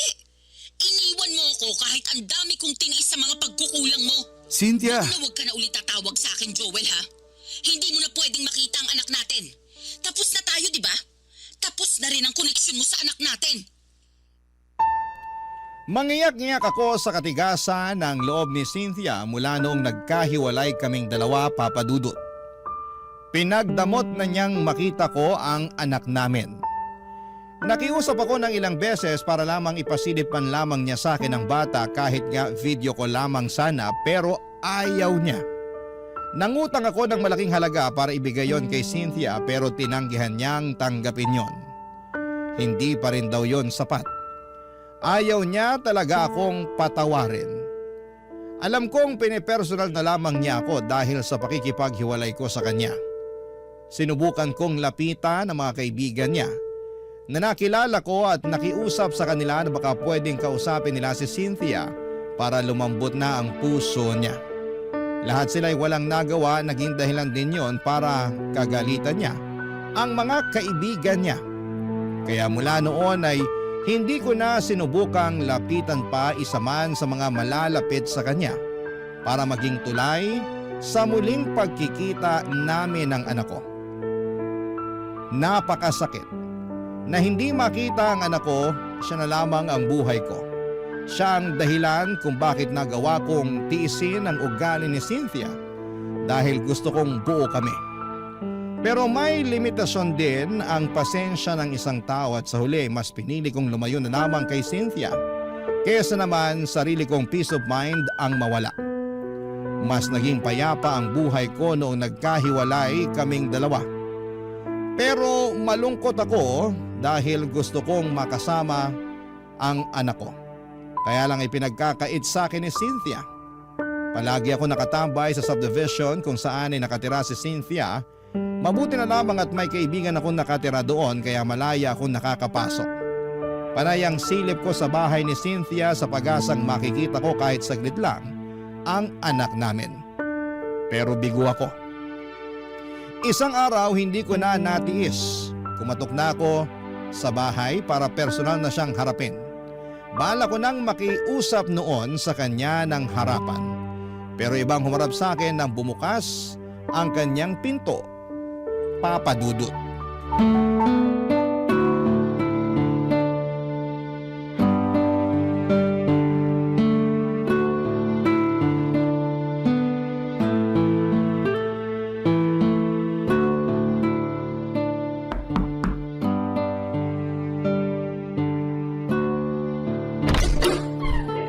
Sino po kayo? Sino ka? Hala? Ako po kaya unang nagtanong. Joel. Joel ang pangalan ko. Andyan ba si Cynthia? Naku, umalis po kaninang umaga. Ganun ba? Mga anong oras kaya siya makakabalik? Baka po hapon na yon kasi dadaan daw muna siya sa bahay ng parents niya bago po siya bumalik dito. Ah, sino ka nga pala? Ay, Ay, pasensya na, hindi po agad ako nakapagpakilala. Ako nga po pala si Mara, ang yaya ng anak ni Ma'am Cynthia. 30 years old at mula sa lugar ng mga matatapang, Etivac, Cavite! Hanip ang intro pang Miss Universe. Kabog, di ba? Sabi niyo kasi magpakilala ako eh. Kaano-ano mo si Cynthia? Ay, naku, teka lang po baka miyembro kayo ng Budol-Budol Gang ha? Kasi yung mga ganyang tanungan, napanood ko na yan sa balita eh. Hindi. Ay, ex-boyfriend ako ni Cynthia. Kayo po yung lagi niyang sinasabi na kampo ng demonyo. Naalala ko na. Kayo yung tatay ng anak niya. Ang sakit naman ng kampo ng demonyo. Pero sige, tatanggapin ko. Ganun ang tingin niya sa akin eh. Ang tindi nga po ng galit niya sa inyo. Ang dami niyang kwento tungkol sa inyo. Hula ko. Wala siyang magandang nasabi tungkol sa akin, no? Ang galing niyo naman pong manghula. Iniwalayan ko kasi siya. Kaya sobrang bitter niya sa akin. Naiintindihan ko naman siya, kaya lang... Kaya lang ano po? Naiipit kasi yung anak namin. Doon ako nahihirapan. Ay, hindi po ba niya pinapakita sa inyong anak niyo? Mula nung nagkaiwalay kami, hindi na niya pinakita sa akin. Kahit makausapan lang po sa phone? Kahit yan, hindi pwede. Pinapaupa ko na muna ang galit niya sa akin. Pinagdarasal ko na lang na makamove on na siya agad para hindi na niya ipagkait sa akin yung anak namin. Mukhang matagal-tagal pa bago siya makamove on sa inyo, sir. Halos bumuga na nga ng apoy sa tuwing naaalala niya kayo eh. Mapagtanim din kasi ng galit yun. Hayaan mo na lang. Baka naman kasi minahal rin niya kayo ng sobra. Kaya nasaktan. Tapos naging bitter na dragon. Kaya nga eh. Minsan, pinagsisisihan ko rin na iniwan ko siya. Kasi bahal niyo pa ho, ano? Ay! Naiisip kong balikan siya para makita ko na yung anak namin. Sobrang desperado na ako, Mara. Gusto ko talagang makita kahit ilang minuto lang yung anak namin. Ay, paano kaya to? May naisip kasi ako pero baka mapag-initan ako ni Ma'am Cynthia kapag nalaman niya eh. Ano ba yun? Matutulungan mo ba ako para makasama ko ang anak ko? Hindi ko po may papangako, pero susubukan ko po na maipakita sa inyo yung anak nyo kapag wala po si Ma'am Cynthia dito. Kukunin ko na lang po yung number nyo, sir. Gusto mo lang ata akong maka-textmate eh. Hala si sir! May boyfriend po ako sa Cavite ha? Huwag kayong ganyan, loyal ako dun. Binibiro lang kita kasi masyado nang mabigat yung usapan natin eh. Sige, ito ang number ko. Pero palitan mo na lang ang pangalan ko para hindi makita ni Cynthia na nag-uusap tayo. Ay teka, sisave ko na po. Patingin nga po ulit. Ayan. Nasave ko na po yung number nyo. Ite-text ko po kayo mamaya ha. Salamat Mara Salamat. Sana matulungan mo akong makita ang anak ko. Hindi ko maitago ang saya ko nang makaharap ko si Mara. Nabuhayan ako ng pag-asa na muli kong makakapiling ang anak ko sa tulong ng kanyang yaya, Papa Dudut. Kinagabihan ay nag-text si Mara sa akin. Nakauwi na raw ang mag-ina ko. Kinuha niya ang Facebook account ko para isend ang pictures ng anak namin ni Cynthia. Palihim niyang ginawa yon habang nasa banyo ang ex ko. Yun ang unang beses na nasilayan ko ang mukha ng anak ko matapos siyang itago sa akin ng nanay niya. Kahit kasi sa Facebook ay hindi nagpo-post si Cynthia ng pictures ng anak namin. Kahit mga kamag-anak niya ay wala ring post tungkol sa kanilang mag-ina. Kaya hindi ko maitago ang sobrang gala ko nang sa wakas. Nakita kong muli ang anak ko kahit sa picture man lang. Sinabi sa akin ni Mara ang schedule ni Cynthia. Pinapadaan niya ako sa Huwebes dahil buong araw daw na wala si Cynthia dahil pupunta siya ng Pampanga para sa trabaho niya. May conference daw sila roon at gabi na siyang makababalik ng Maynila. Agad ako nag-leave ng trabaho para makasama ko ang anak namin. Pinaghandaan ko yon, bumili ako ng mga pagkain para sa kanya pero pinagbawalan ako ni Mara na bumili ng laruan para hindi makahalata si Cynthia. Sinabi rin niya na sapat na ang pagkain lang ang dalhin ko. Yung mauubos lang sana sa araw ng pagdalaw ko. Tinulungan ako ni Mara para makapagtago ng maayos kay Cynthia. Dahil oras na malaman ni Cynthia na nakakasama ko ang anak ko, ay baka mas lalo lamang siyang gumawa ng paraan para ilayo siya sa akin. Hindi ko yon makakayanan, Papa Dudut. Kaya buong ingat kami ni Mara sa mga pagpunta ko roon para kahit kaunti ay hindi maghinala si Cynthia sa ginagawa naming lihim na pagkikita. Papa Dudut. Barangay Love Stories. Barangay Love Stories. Papa Dudut, tubong Cavite nga si Mara. Sa mga sumunod na araw na pagdalaw ko ay marami na akong nalaman sa kanya. Meron na pala siyang anak na 6 years old mula sa kanyang ex-boyfriend. Nasa Cavite ang bata at nadadalaw niya kapag day off niya tuwing Sabado hanggang Linggo ng tanghali. May boyfriend din siya na kasama na niya sa bahay nila sa Cavite. Yun daw ang nag-aalaga ng anak niya. Mabait daw ang boyfriend niya at wala siyang masabing hindi maganda roon dahil siyang tumayo bilang ama ng anak niya. Nakita ko naman kung gaano niya pinagmamalaki ang boyfriend niya. Isang bagay na hindi nagawa sa akin ni Cynthia noong kaming dalawa pa lamang. Kinakahiya kasi niya ako noon dahil nga mas malaki ang kinikita niya at galing pa siya sa mayamang pamilya. Natatandaan ko pa, noong mga unang buwan na magkarelasyon kami ni Cynthia ay gusto niya sa dating kondo niya lamang kami magkasama. Ayaw din niyang mag-post kami ng picture na magkasama. Nasasaktan ako noon pero prangka naman niyang inamin sa akin na hindi ako gusto ng pamilya niya dahil may kaya nga sila sa buhay. Pero kahit na ganoon ay pinaparamdam naman sa akin ni Cynthia na minamahal niya ako. Pero atras abante lang din talaga siya sa relasyon namin. Dahil bukod sa sulsol ng kanyang pamilya ay dumagdag pa ang trust issues niya sa akin kahit na wala naman akong ginagawang kalokohan. Kahit na hindi naging maayos ang trato niya sa akin ay never ko siyang niloko. Yun naman ang may pagmamalaki ko sa kanya hanggang dulo. Kaya lang ay hindi naman niya yon pinakinggan dahil para sa kanya. Pare-parehas ng lahat ng mga kalalakihan.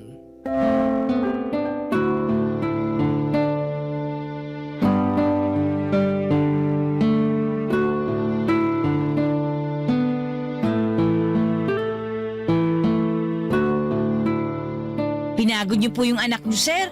Ang himbing kagad ng tulog, oh. Sorry na. Na-enjoy ko lang makipaglaro ulit sa kanya. Alam mo namang ang tagal ko nang hindi nakasama ang anak ko. Gets kita, sir. Ganyan din ako sa anak ko tuwing umuwi ng Cavite kapag day off ko. Parang ayoko nga patulugin para hindi matapos yung bonding naming dalawa eh. Ang sarap maging magulang, no? Mahirap pero masarap. Sinabi niyo pa, sir. Wag mo na nga akong tawaging sir. Halos magkaedad lang naman tayo. Tsaka close naman na tayo eh. Eh naku, nakakailang naman kung tatawagin ko lang kayong Joel. Hindi ako sanay. Tatay kayo ng inaalagaan kong bata. Pero hindi naman kita pinapasahuran. Kaya tanggalin mo na yung sir ha. O sige na nga, susubukan ko. Mara, salamat talaga ha. Naging tulay ka para makasama ko ulit ang anak ko. Alam mo, ilang beses ka nang nagpasalamat. Okay na nga yun. Masaya akong makatulong.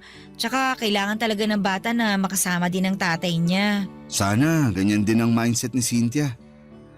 Ay, kaso hindi eh. Dinamay niya yung personal na galit niya sa akin para hindi ko makita ang anak namin. Hintayin na lang nating makamove on si Ma'am Cynthia. Lalambot din yun. Parang hindi ko na nga inaasahan yan.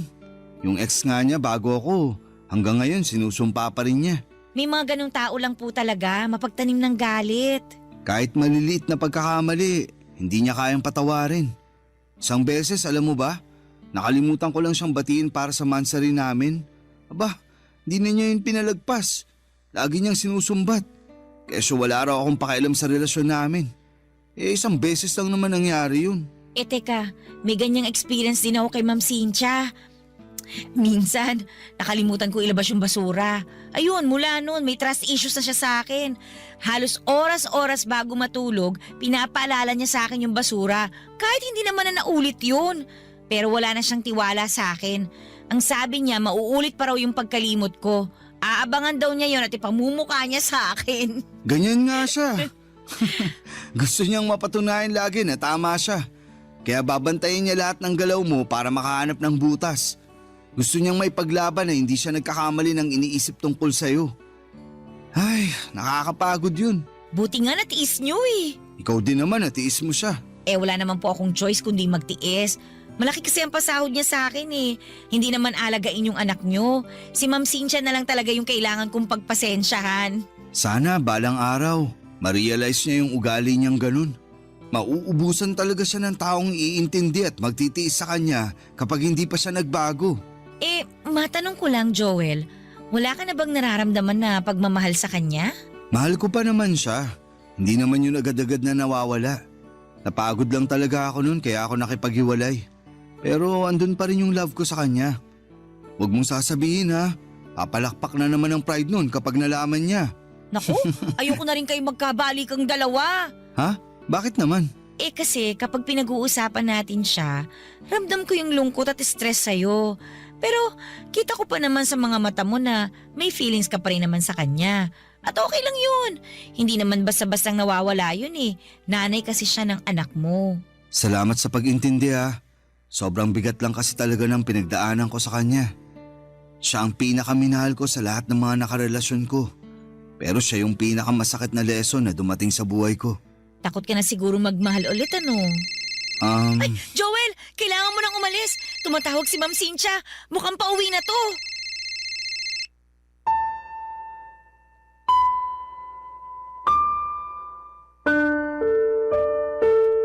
Nagpanik kaming dalawa ni Mara dahil nabaga ang pag-uwi ni Cynthia. Pinagdadampot ko na lamang lahat ng kalat at pagkain na pinagsaluhan namin ni Mara at ng anak ko bago ako lumabas. Nagmadali akong pumunta sa bahay ng kaibigan ko sa subdivision na yon. Doon muna ako magpapalipas bago ako mag-book ng masasakyan. Kailangan munang makauwi ni Cynthia bago ako lumabas ng subdivision para hindi kami magkasalubong na dalawa. Ganon na kasi ang sistema namin. Napakiusapan ko naman ang kaibigan ko. Naintindihan niya ang sitwasyon ko lalo't saksi siya sa naging relasyon namin ni Cynthia. Tinitext na lamang ako ni Mara kung nakarating na ba si Cynthia sa bahay niya at saka na ako aalis ng subdivision. Ilang buwan na rin na naging ganon ang kalakaran namin. And so far ay hindi naman kami nahuli. Madalas kaming nagkakausap ni Mara para humingi ng update sa anak ko. Ang sabi nga ni Mara halos hindi rin maharap na asikasuhin ni Cynthia ang anak namin dahil subsob ito sa pagtatrabaho kaya madalas silang dalawa ni Mara ang magkasama.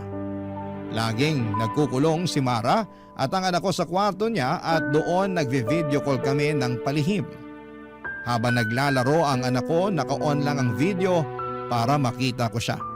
Mabuti na lamang at tahimik ang anak ko kapag nakaka-video call ko siya. Araw-araw ay gano'n ang mga nangyayari. Siguro isang pasasalamat din na naging busy si Cynthia sa trabaho niya para kahit sa video call man lang ay makita ko ang anak ko. At syempre, hindi siya makakahalata sa sitwasyon namin. Isang Sabado nag-message si Mara sa akin. Hindi raw siya nakauwi ng Cavite dahil may bigla ang meeting si Cynthia. Kaya pinapunta niya ako doon. Sakto namang day off ko kaya may oras ako para pumunta doon. Bumili ako ng pagkain para sa anak ko at rosas naman para kay Mara bilang thank you ko sa kanya sa mga ginagawa niya para sa aming mag-ama Papa Dudut.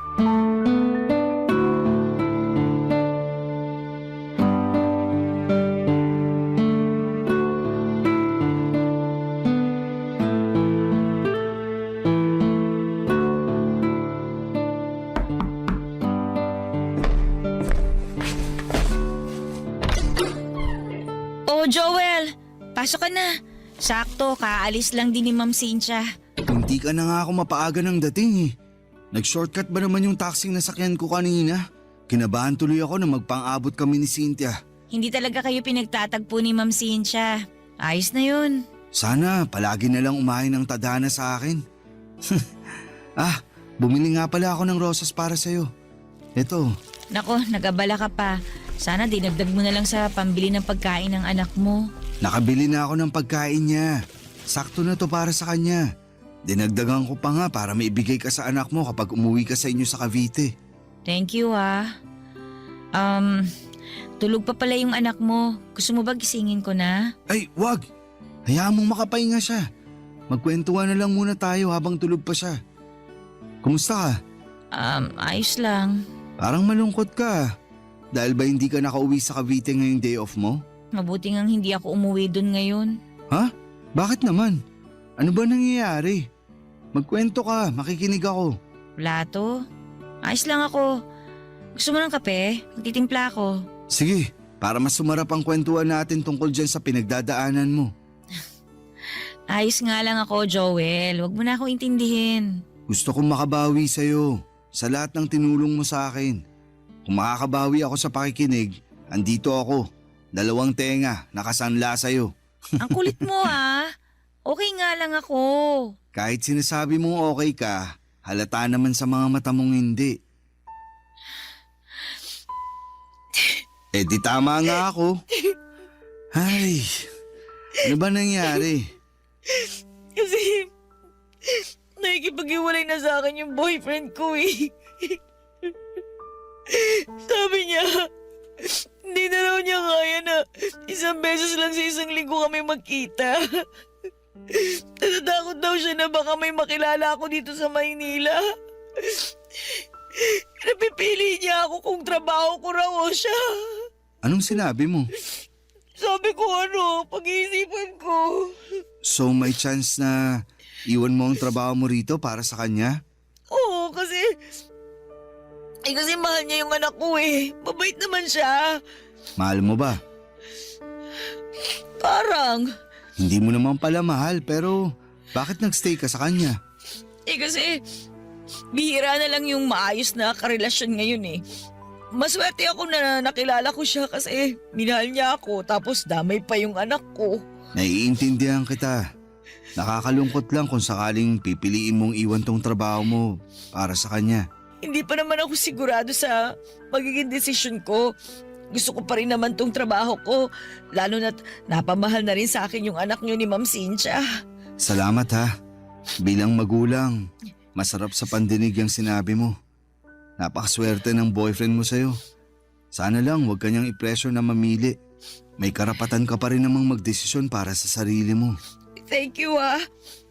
Pwede bang payakap? Parang kailangan ko lang kasi ngayon. Sige. Halika rito. Kailangan ko rin naman ng yakap ngayon eh. Papadudot, nagkayakapan kami ni Mara. Inakala kong sandali lang yon para medyo gumaan ang pakiramdam niya. Pero hindi siya kaagad bumitaw. Nakayakap siya ng mahigpit sa akin at kasabay noon ay nadinig ko ang pag-iyak niya. Halatang naguguluhan at nahihirapan siya sa problemang kinakaharap niya. Aaminin ko na pagyakap niyang yon ay may naramdaman akong kakaiba. Nakaramdam ako ng init sa katawan ko. Lalo na noong dinidikit pa niya ang bandang dibdib niya sa akin. Papadudot, hinawakan ko ang kanyang buhok at hinaplos-haplos yon para doon mabaling ang atensyon ko at hindi ako makagawa ng hindi maganda. Pero sa ginawa kong yon ay mas lalong dumikit sa akin si Mara. At nang kumala siya sa pagkakayakap sa akin ay agad niya akong hinalikan. Ako naman, Papadudot, ay nagpaubaya. May nangyari sa aming dalawa sa sala ng bahay ni Cynthia. Mabilis lamang yon dahil natakot din kami na biglang dumating si Cynthia. Nang matapos kami, nakayaka pa rin si Mara sa akin at sinabing yon ang unang beses na nakaramdam siyang muli ng saya. Sa piling ko lang daw niya naramdaman yon. Napangiti ako at aaminin kong magaan din ang loob ko kay Mara at nakikita ko siyang mabuting tao base na rin sa kanyang pananalita at kung paano niya kami asikasuhin ang anak ko. Pagkatapos noon ay tinawagan niya ang boyfriend niya at sinabing hindi na niya iiwan ang trabaho niya sa Maynila. Nakaramdam ako ng tuwa sa mga nalaman ko. Dahil kahit papaano, may magiging paraan pa rin ako para makasama ang anak ko. Dahil syempre oras na umalis si Mara ay mapuputol na ang pagkikita namin ng anak ko, Papadudot. Barangay Love Stories. Barangay Love Stories. Nakipaghiwalay na nga ang boyfriend ni Mara sa kanya, Papa Dudut.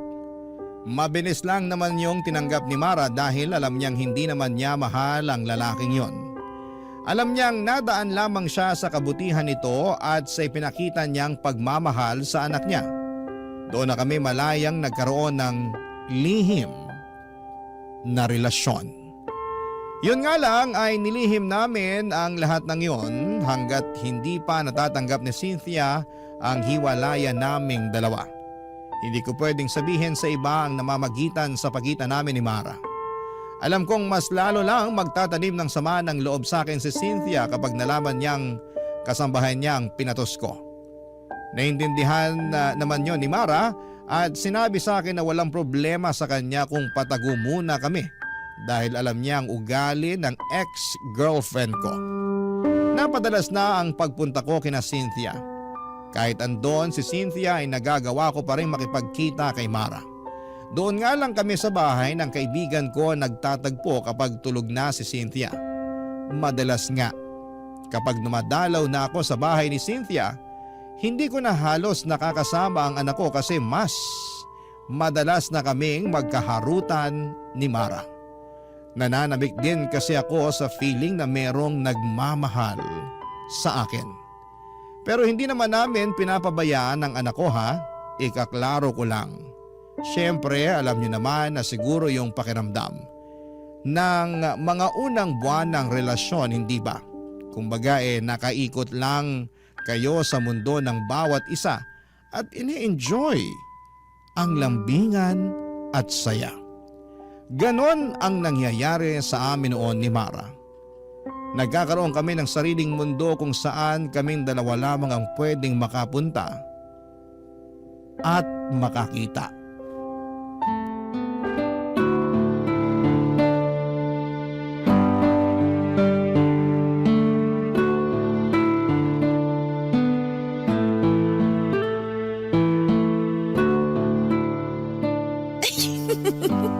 Huwag mo naman masyadong pisilin yung tabako sa tiyan. Huwag mo na akong pigilan. Alam mo namang ito ang paborito ko sa'yo, di ba? Halata naman, palagi mo ang hinahalikan eh. Kakagigil eh. Parang taba ng baby. Lambot. Hawak nga ulit. Ikaw talaga, tama na nga, nakikiliti na ako. Ang hirap magpigil. Ikaw kasi, nag-crop top ka pa. Mas lalo ko tuloy nakita ang bilbil mo. Teka nga, magja-jacket na lang muna ako para tumigil ka na. Wag na. Ganyan ka na hanggang kabagin ka. Panindigan mo na lang ang crop top mo. Huwag tayo masyado maingay kasi baka mamaya magising pa yung anak mo. Ayos lang yun. Para makita niya kung gaano kasaya ang tatay niya. Masaya ka ba talaga? Oo naman. Mula nung dumating ka, nakakasama ko na yung anak ko. Tapos, may pabonus ka pang bilbil na pinanggigigilan ko. Ayaw mo na talagang lumayo sa usapang bilbil ha? Paano ba ako makakalayo? Laging nakadikit ang bilbil mo sa akin. Para maramdaman ko kung paano kang nag-iinit sa akin. Eto na nga't parang nilalagnat na ako sa init. Tara na nga sa kwarto ni Cynthia. Huy, bakit naman dun? Para hindi masakit sa likuran kapag nag-aano na tayo. Ang hirap kasi rito sa sofa eh. Medyo may katigasan na. Tsaka mukhang malaki yung kama ng ex-girlfriend ko kaya kahit tumambling pa tayo hindi tayo mahuhulog. Baka maamoy niya tayo pag uwi niya. Mas okay na rito sa sala para mabilis linisin yung ebidensya. Doon sana sa kwarto mo kaso andun naman ang anak ko. Pwede naman dun pero tahimik lang tayo ha. Ano, game? Wag na roon. Nakakailang naman kung sa harapan pa ng anak ko nilalandi yung yaya niya. Exciting nga yun eh. Ikaw ha, grabe yung mga pantasya mo. Marami na kasi ako nasubukang pantasya mula nung naging tayo. Pukis nga ako, tsaka... Ay, tumatawag si Ma'am Cynthia. Sagutin ko lang to ha. Quiet ka muna dyan. Hello, Ma'am Cynthia. Oh, Ma'am, ano po yun? Pauwi na ako ng bahay. Pakilutuan mo ako ng ulam. Kahit anong nandyan sa ref. Okay lang kahit prito. Mga ilang oras po, Ma'am, bago kayo makarating dito sa bahay. Bakit kailangan mong malaman? Wala naman po. Para lang po matansya ko kung ano oras po ako magluluto. Para mainit po yung ulam na maaabutan nyo. Mga 2 oras mahigit. Sa kapalitan mo na rin yung bedsheet ko. Nangangati ako ron eh. Sige po ma'am. Meron pa po ba kayong ipapagawa? Wala naman na. Asikasuhin mo na lang yung mga pinapagawa ko. Bye. Joel, Ano yun? tara na dun sa kwarto ng ex-girlfriend mo. Dumihan na natin yung bedsheet kasi pinapapalitan na niya sa akin. Ayos! May nangyari sa amin ng ilang beses sa kama ni Cynthia, Papa Dudut. Aaminin kong nakadagdag ng init yon sa pakiramdam ko lalo't kama yon ng ex ko. Pagkatapos noon ay nagmadali na akong umalis ng bahay. Hindi ko na nga nahintay na magising pa ang anak ko. Babawi na lamang ako sa susunod sa kanya. Kailangan ko na kasing makaalis para hindi kami magkaabutan ng nanay niya. Mabuti na lamang at maagang dumating ang nabukong sasakyan kaya nakaalis din ako kaagad bago mag-update si Cynthia na pauwi na raw ito. At nang makauwi ako ng bahay, tinadtad ni Mara ng mga selfie niya ang messenger ko. Napangiti ako at nakaramdam muli ng init. Sinabi ko sa kanya na mag-usap na lamang kami ulit kapag matutulog na si Cynthia. At makalipas nga ang ilang oras bago sumabit ang alas 11 ng gabi ay nag-message na si Mara. Gising noon ang anak ko at magkasama silang dalawa habang magka-video call kami. Para silang mag-ina at para kaming pamilya ng mga oras na yon.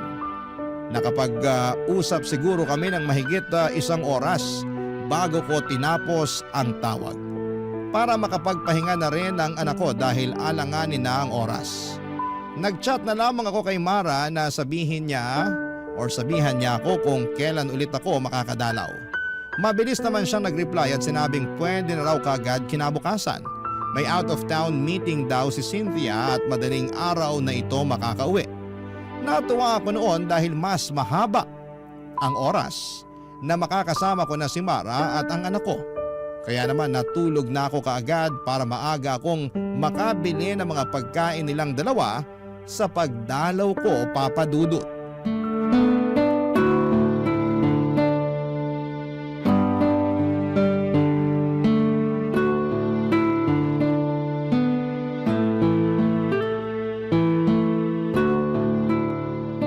Uy, ang dami mo namang biniling pagkain.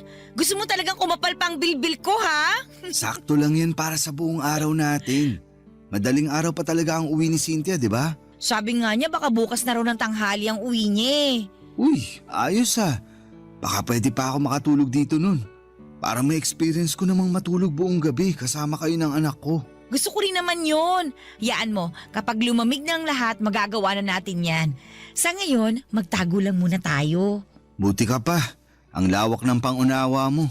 Sana ganyan din si Cynthia. Wow! Cynthia! Ma'am! Akala nyo ganun ako katanga para hindi makahalata? 1 buwan ko nang alam ang ginagawa nyo. Palihim ako naglagay ng CCTV dito sa bahay, lalo na sa kwarto ko. Huminahon ka muna. Huminahon? May oras pa ba ako para gawin yun? Punong-puno na ako ng galit sa inyong dalawa. Ma'am, sorry po. Sorry saan? Sa pagpapapasok ng ahas dito sa bahay ko? Ay teka, ikaw pala ang ahas na pinapasok ko rito. Huwag mo siyang pagsalitaan ng ganyan. Ako ang may kasalanan. Ako ang namilit na ipakita niya sa akin ang anak natin. Anak lang ba natin ang gusto mong makita, Joel? Base sa mga CCTV footage na nakita ko, parang masabik kang mayakap at mahiga sa kama yung yaya ng anak mo. Grabe rin! Ginawa niyo pa sa kama kong kababuyan niyo. Sorry, pero ikaw naman kasi. Ako na naman ang mali, Joel. Nakikita mo ba kung anong ginawa mo? Mas lalo mong sinira ang tiwala ko sa'yo. Kung sa una pa lang sana hindi mo na ipinagdamot ang anak ko sa akin, edi hindi sana tayo aabot sa ganito. Pinapatikim ko lang sa'yo ang epekto ng pag-iwan mo sa akin. Sinabi ko naman sa'yo na huwag mong idamay ang anak natin sa problema natin, pero… Sa ayaw at gusto mo, madadamay talaga ang anak natin. Lalo na ngayon, ang bababoy nyo. Habang nasa kabilang kwarto ang anak natin, nagawa mo pa talagang patungan ng yaya niya, Joel?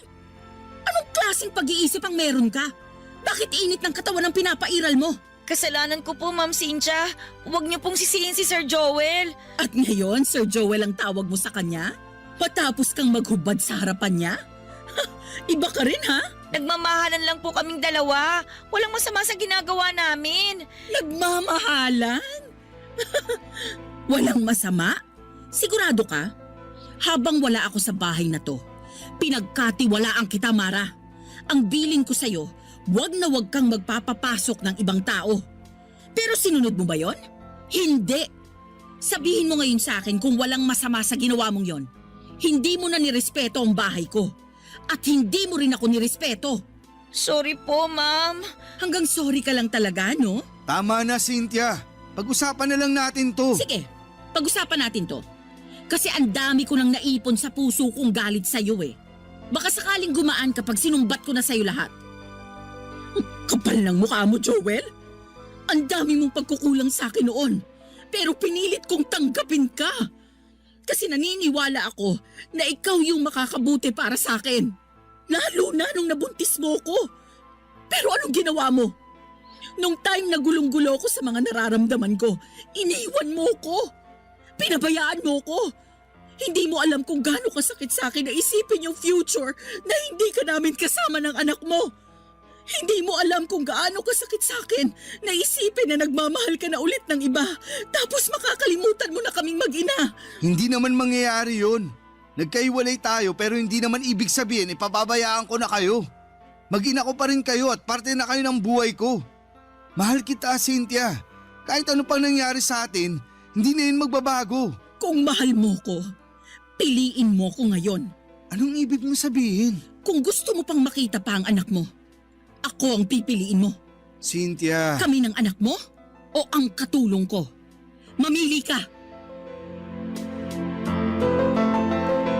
Hindi ako makagalaw sa sinabi ni Cynthia, Papa Dudut. Hindi ko nga rin matignan si Mara dahil alam kong nasasaktan siya sa narinig niyang sinabi ng ex ko. Kahit ako ay naguluhan, lalo na noong pinangtakot na ni Cynthia sa akin ang anak namin. Sinabi niyang lilipat na raw sila ng lugar at hindi ko na sila kailanman makikita. Ang bigat ng loob ko habang iniisip ang posibilidad na mangyari yon.